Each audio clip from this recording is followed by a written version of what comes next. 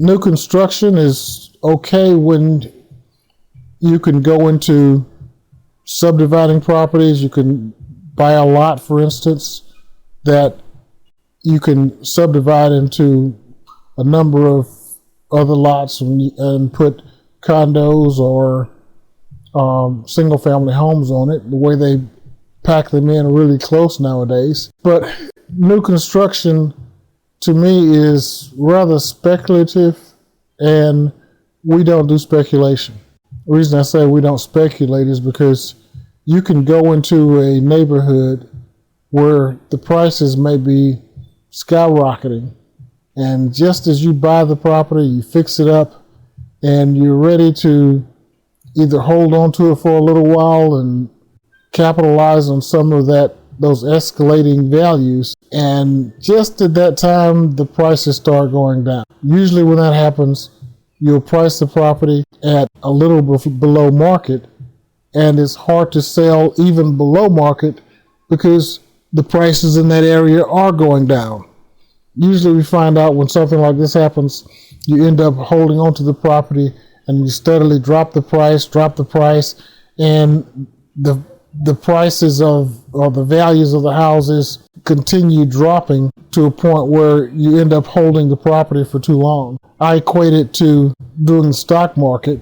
I lost a lot of money in the stock market day trading, and you can paper trade, which is doing make-believe trades and make money on it. But when you go from paper trading to actually trading on fast-moving stock, that emotion that comes into play keeps you from trading with a detached air. You find yourself seeing stocks that are going up in price. You look at the stock going up in value and thinking, oh, I should have jumped on that. I should have bought it. And you see it going up and going up and going up, and you think, man, if I bought that 5 minutes ago, I could have made such and such.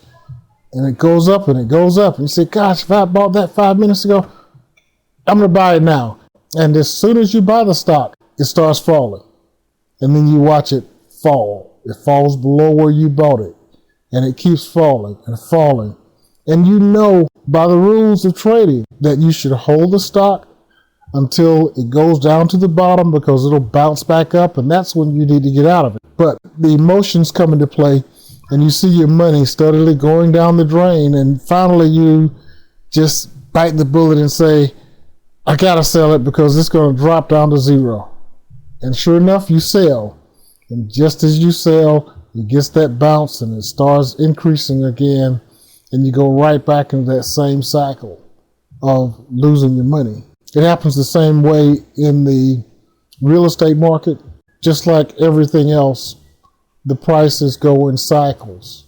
So when you try to play the game where you're getting into the neighborhoods or the houses that are steadily escalating very fast, you need that experience to be able to do this. And so be careful about it. Yes, a lot of people go and do it and make money, but you may not be one of those. Another thing about trading stock is you always treasure your capital, because once you run out of capital to purchase stocks, then you're out of business. It's the same way in buying homes. Once you lose your money or your credit or your reputation, then you're out of business also.